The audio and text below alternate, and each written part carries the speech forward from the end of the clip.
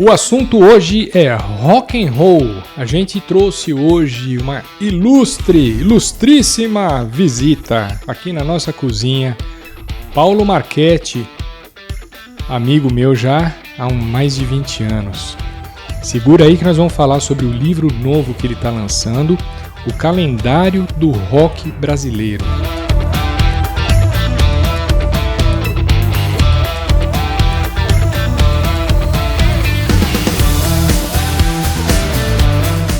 Faz uns 20 anos ou mais que a gente se conhece.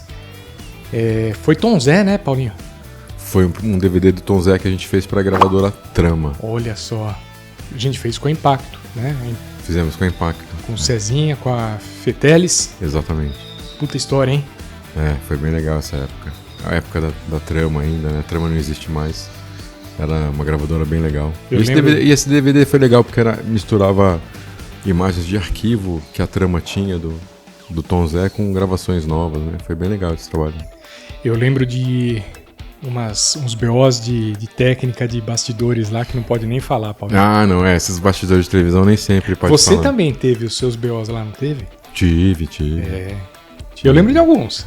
Sim. Mas deixa pra lá, né? Águas passadas. Sempre tem. Pra você ver, época da MTV, existia um grupo no Facebook que chamava Ex-Funcionários da MTV e tal. Que é a galera mais da velha guarda, principalmente da primeira metade Você trabalhou com meu irmão lá, né? Trabalhamos juntos lá. Eu trabalhei lá de 93 a 2000. Tá. E aí tinha um grupo que se concentrava mais nos funcionários da primeira metade da década de 90. E o pessoal começou a falar, vamos fazer um livro, o livro negro da MTV e tal, não sei o quê. Não, o Paulo que vai escrever tal, porque já tinha o Diário da Turma, né? Mas não dá pra escrever um livro negro da MTV. Histórias boas e cabeludas tem, um monte. Mas não dá pra nominar, né? Então fica chato, né? Você vai contar a história daquele artista, mas você não pode falar o nome do artista, fica estranho, né? Eu acho que os maiores BOs não eram nem os artistas. Não, era de tudo, tô dizendo, né? Mas na hora que, assim, o público mesmo, pra consumir esse tipo de coisa, ele gosta de saber das histórias dos artistas. Bastidor também, mas quando você vem com um nome grande, falando, fulano de tal fez isso, mas você não pode falar, porque imagina o tanto de processo que é. A não ser que você escreva, deixe passar, deixa o cara morrer, sei lá, não sei. Então deixa na gaveta. Mas história. Assim, histórias cabeludas são as melhores, mas é bom não gravá-las, deixar elas na memória. Ou gravar entre amigos. Né? Sei lá, não, nem gravar, só contar em volta da fogueira. É pra relembrar, né? Contar em volta da fogueira, né? Exato, mesa de boteco. É isso aí. Paulinho, eu te chamei hoje aqui porque eu soube, através do meu irmão, que tem livro novo na praça, né? É o teu livro novo, o Calendário do Rock Brasileiro. Esse aqui. Eu tô vendo que você pôs um monte de papelzinho pra gente conversar sobre esse monte de papel. Não, esse papelzinho aqui é porque esse aqui é o exemplar meu. Quando chegaram os exemplares, é 100% independente, né? Eu que paguei tudo. Aí quando chegaram as caixas em casa, eu peguei o primeiro exemplar pra fazer a minha revisão. Tá. E aí essas marcações são pequenas coisinhas minhas, também curiosidades e tal, mas é uma marcação minha e marcação do dia também, que eu acompanho, né? Esse aqui eu brinco de forma séria, isso aqui é um livro vivo. Tá, verdade. Esse livro você não põe na estante, você tem que deixar em cima da mesa, porque você vai consultá-lo todo dia. Se é um calendário, é uma agenda, um calendário, né? Dia a dia. Aí tem aqui, você pega, tem dia que tem 2 fatos. Posso ver? E tem dia que tem 5, 6 fatos. Aniversário, óbito, curiosidades, lançamento de disco, tá tudo aí. Fazer uma comparação, eu ainda não li. Aliás, vou ler pela primeira vez aqui, mas eu vou fazer uma comparação. Será que Café com Deus Pai, que é um livro, não sei se você já viu esse livro, não. Café com Deus Pai, é um livro meio que uma agenda. Então a cada dia você lê ali, tem uma oração e tal, e no teu, a cada dia tem uma história diferente. Fato, alguma sobre coisa o rock que aconteceu. Brasileiro, né? Exato. Desde 1955, principalmente até 2000, mas como eu publiquei agora em março de 2025, então eu trouxe a pesquisa até aqui, mas eu dei mais importância até 2000. Então tem todos os clássicos aí os discos clássicos, tanto da Jovem Guarda, dos anos 50, dos anos 70. Tô caçando meu aniversário aqui, Paulinho. Anos 80, caça aí. Pode achar, vamos ver o que aconteceu. Primeira coisa do meu aniversário. Geralmente, a primeira coisa que as pessoas têm feito quando pegam o livro, que eles me contam, é isso. Vai na data de aniversário para ver o que aconteceu. Fui muito criativo, pelo jeito, né? A primeira coisa, 1987, o RPM lançou em parceria com Milton Nascimento... Não, mas peraí, qual é a data? 10 de junho de 87. Tá. O RPM lançou em parceria com Milton Nascimento um single no formato de disco de vinil com capa dupla, com as músicas Homo Sapiens e Feito Nós, parcerias de Paulo Ricardo e Milton Nascimento. Não vou ler o resto, dá spoiler, né? Não, pode ler. Mais um? Vou pegar o último, então, de 10 de junho. Tem várias coisas aí, né? 1992, o Barão Vermelho lançou o nono álbum, Supermercados da Vida. Os destaques são Fúria e Folia, Pedra, Flor e Espinho e a faixa título. Bacana.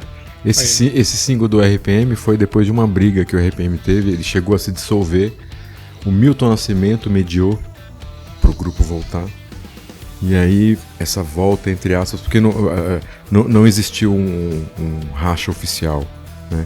O racha foi interno e tal, o Milton mediou apaziguou e para fortalecer esse reencontro, assim, essa amizade, para não terminar o grupo, eles fizeram esse single, mas não foi bem, porque foi meio esquisito, né? 2 músicas lançadas em formato de vinil grande, com capa dupla e tal.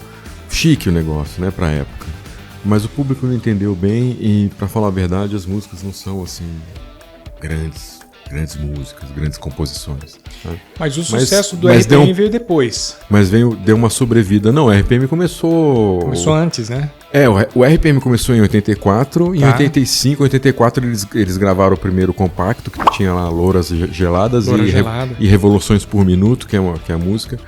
E aí em 85 que eles lançaram o primeiro disco, que tem essas 2 músicas, e Olhar 43, todos aqueles sucessos, né? Tempo bom, hein, Paulinho? Então, pois é. Isso é 85. 87 foi quando o grupo já tinha passado aquela fase do disco ao vivo Rádio Pirata, aquele auge do RPM que deu o Globo Repórter. Sabe o que eu lembro do RPM? Do Paulo Ricardo, principalmente? Eu acho que teve a festa de 1 ano da MTV. Na época... Em que ano foi isso? 91? 20 de outubro de 91. Eu lembro de ter ido numa dessas festas, eu acho que era de 1 ano de MTV, né? Que foi na Barra Funda. Você lembra disso? Não. Dessa festa? Eu não tava na MTV nessa época. Tá. O César tava. O meu irmão, ele foi, acho que funcionário número 1. Ele é um dos primeiros, né? E a gente foi nessa festa aí e tal. Tava o Paulo Ricardo com a Luciana Vendramini. E passaram assim os 2 por mim. Eu falei, cara. Tava com uma galera lá. Só. Animal, né? Essa época não tinha RPM mais, o Paulo Ricardo fazia carreira solo. O Paulo Ricardo, depois ele fez uma carreira solo, que ele lançou discos românticos, vários. Brega, né? Entrou vários. Brega. Vendiam muito, ele tocava muito em AM. Ele abdicou para voltar pro RPM, eu não entendi essa volta do RPM. Porque ele abdicou de uma carreira que ele tava assim, muito bem, sabe? Vendendo muito mesmo. Tem disco dele dessa fase solo, que se eu não me engano tem disco que é só regravação de Roberto Carlos. Da fase brega. Ele ganhou um prêmio da Disney, né?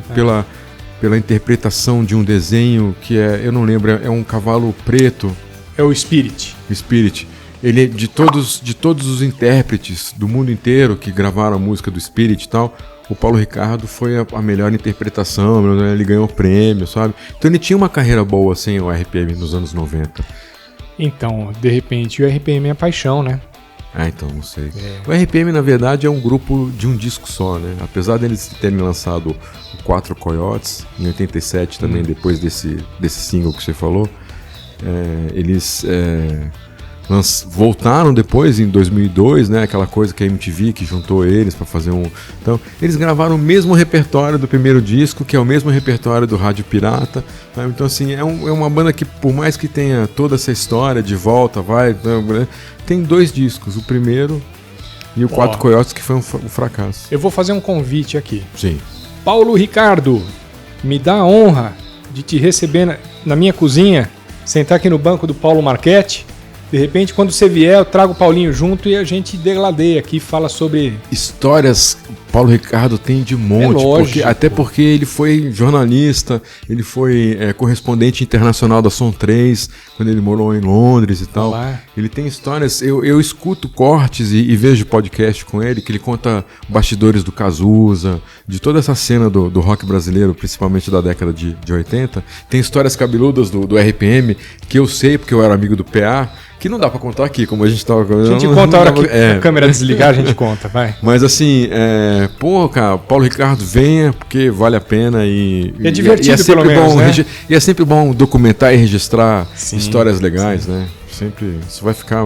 Porque assim, esses vídeos que a gente faz, daqui 200, 500 anos vai estar aqui, a gente não, mas... Então é sempre um bom documento. Essa história da RPM estava totalmente fora do roteiro, a gente não combinou isso. Veio aqui por causa do meu aniversário, que eu li o primeiro trechinho ali, né? Mas o que estava no roteiro era a gente falar um pouquinho sobre Raul Seixas. Você tinha separado alguma história do Raulito. Raulzito, né, que ele chamava? No começo era Raulzito. Raulzito. Tem sim uma história Vai lá. Bem bizarra dele. Então, quando você me convidou para vir aqui e tal, eu separei algumas curiosidades do calendário, porque o calendário ele não fala só de lançamento de disco, aquelas coisas assim, o show de lançamento ou a data... Não, tem um monte de curiosidade aqui. Histórias... É praticamente a história do rock brasileiro desde 1955, de todos os grupos, de todos os artistas. Aí eu separei uma história muito interessante do Raul, que aconteceu em 15 de maio de 82. E 15 de maio é a data do meu aniversário, eu sou de 70. Você também leu o livro no teu aniversário, né? Quando eu peguei o livro, eu fui lá no 15 de maio. Falei, o que tá acontecendo aqui? Não sabia, né? Criativo. E aí tem uma história dele, o Raul foi tocar aqui perto de São Paulo, e numa fase que ele tava muito em excessos, assim, de álcool. Maluco, tal. Beleza. E ele tava um pouco até irreconhecível, assim, tanto fisicamente, estragado, né?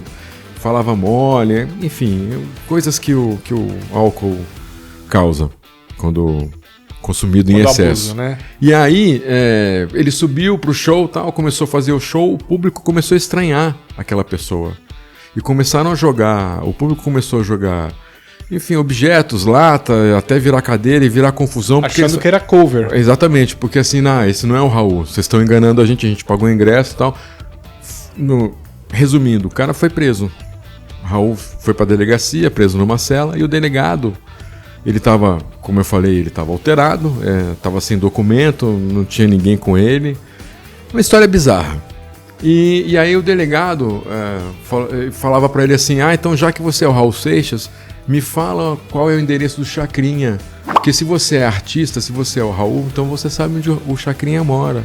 E também ficava perguntando, se você é artista, você sabe o telefone de outros artistas. Então me dá o telefone de fulano de tal, sabe? Começou a questionar. E o Raul não sabia, além de não saber... Não sabia nem quem ele era. Naquele momento ele não sabia nem quem ele era. Ele ficou lá até o dia seguinte, até dia 16 de maio, quando chegou o empresário, enfim, com os conhecidos com os devidos documentos e tal, esclareceu toda a história, foi embora para casa. E essa história, de tão bizarra, ela virou um curta-metragem, que deve ter uns 20 minutos, está disponível no YouTube, e que chama Tanta Estrela Por Aí. Vale a pena assistir, é de 93. E o legal é que quem faz o papel do Raul Seixas nesse curta-metragem é a Rita Lee. É a Rita Lee com a barbinha, com óculos, a peruca do Raul Seixas, com a voz dela, né? Mas a Rita Lee, assim, interpretando o Raul de forma esplêndida, assim, muito legal, vale a pena ir no YouTube para ver essa história. E o Raul é cheio dessas histórias, né? Até por causa dos excessos dele, assim, e da maluco beleza, como você falou, né? Eu trabalhei com um cara no começo dos anos 2000 que morava perto do Raul Seixas. O Raul Seixas, se eu não me engano, morava na rua Alvarenga, aqui no Butantã, em São Paulo. Uhum. E esse cara que eu conhecia, né? Ele era molequinho, gostava de música, tal, tocava violão.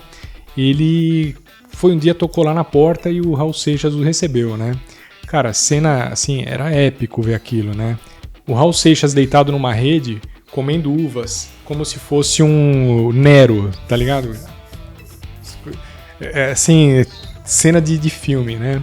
É a única história que eu lembro que o Márcio me contou sobre o Raul. Mas aqui no livro tem, no calendário, tem toda a história do Raul desde os anos 60, quando ele tinha os Panteras, né? The Panthers, que era o conjunto dele lá em Salvador, a ida dele para o Rio. Antes dele ser o Raul Seixas, o artista, ele era produtor, né? Ele produzia discos para a CBS, gravadora CBS, que depois virou Sony. Então, assim, o começo dos anos, ali do finalzinho de 69 até 70, eu não sei de quando que é o Krieg Rabondolo, que é o primeiro disco dele, não lembro a data, eu não lembro a data. Ele trabalhou no livro, né? Então, ele trabalhou de produtor, ele produziu disco de muita gente e tal. Então tem toda a história dele aqui como produtor, aí depois os primeiros discos e tal, todas essas confusões que aconteciam com ele. As censuras? Rolou também. Censura? Tem censura do Raul. Então segura aí, Paulinho. Vamos trazer o assunto censura no próximo bloco. Toca? Beleza, vamos nessa. Fechou? No próximo bloco, com o Paulo Marchetti, a gente vai falar sobre assuntos relacionados à censura que estão aqui no livro dele. A gente se vê daqui a pouco, Paulinho. Tamo aí. Obrigado. Não se esquece, galera, voltando um pouquinho.